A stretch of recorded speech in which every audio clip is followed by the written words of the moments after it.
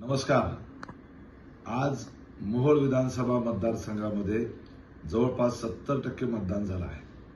सर्वप्रथम मी मतदार राजाचं मनापासून आभार व्यक्त करतो, त्यांना धन्यवाद देतो.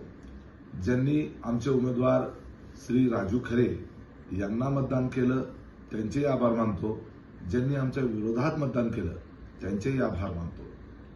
मतदान कुणाला केलं हे जास्त महत्वाचं नाही, तर मतदान केलं हे जास्त महत्वाचं आहे. या मोहोळ विधानसभा मतदारसंघामध्ये यापूर्वीचे सर्व रेकॉर्ड तोडत यावेळेला जास्तीचं मतदान झालं.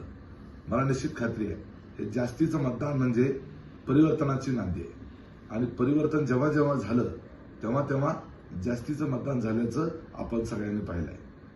राजू खरे यांनी आणि आमच्यासारख्या अनेक सहकाऱ्यांनी या निवडणुकीमध्ये प्रचंड परिश्रम घेतले. अनेक कार्यकर्त्यांनी परिश्रम घेतले. वेगवेगळ्या पक्षाची उपरणं बाजूला ठेवून अनेकांनी हे परिवर्तन घडवण्याच्या करता मनापासूनचं योगदान दिलं. प्रत्येकाच्या कष्टाचं निश्चितपणे मूल्य आहे आणि त्याची आम्हाला सगळ्यांना जाणीव आहे. सर्वात महत्वाचा आहे तो मतदार. ह्या मतदारांनी निश्चय केला होता की मोहोळ विधानसभा मतदारसंघामध्ये परिवर्तन घडवून आणायचं. या निवडणुकीमध्ये अनेक प्रश्न निर्माण झाले होते. त्या प्रश्नांवर मार्ग काढत आम्ही या निवडणुकीची ही मतदानापर्यंतची प्रक्रिया पार पाडू शकलो. आम्हाला निश्चित खात्री आहे की आमचा उमेदवार अतिशय चांगल्या मताधिक्याने निवडून येईल. या निवडून येण्यामध्ये सगळं श्रेय या संपूर्ण मोहोळ मतदारसंघातील मतदारांचा असणार आहे.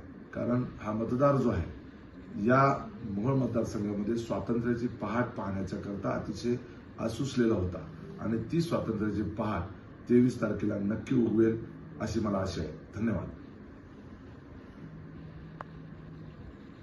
मोहोळ मतदारसंघातील मतदार बंधू भगिनींचे मी जाहीर आभार मानतो की आज 20 नोव्हेंबर 2024 मोहोळ मतदारसंघातील खऱ्या अर्थानं स्वातंत्र्याचा दिवस म्हणावा लागेल. या मतदारसंघामधील दादागिरी, दडपशाही, तानाशाही, झुंडशाहीला मूठ माती देण्यासाठी मोहोळ मतदारसंघातील महाविकास आघाडी तसेच सर्व विरोधक एकत्र येऊन आम जनता या मतदारसंघातली ज्या आंबेडकरांच्या जुलमी राजवटीला कंटाळली होती त्या सर्व जनतेनं प्रचंड मोठ्या प्रमाणात रस्त्यावर उतरून आज मतदान केलं आणि मी सर्व या मतदारांचे आभार मानतो आणि मला संपूर्ण खात्री आहे की 23 नोव्हेंबरला मोहोळ मतदारसंघातील जनतेसाठी खऱ्या अर्थानं स्वातंत्र्याची पहाट असणार आहे आणि 23 नोव्हेंबर नंतरनं मोहोळमध्ये कायद्याचं राज्य येईल आणि कायदा आपलं काम करेल.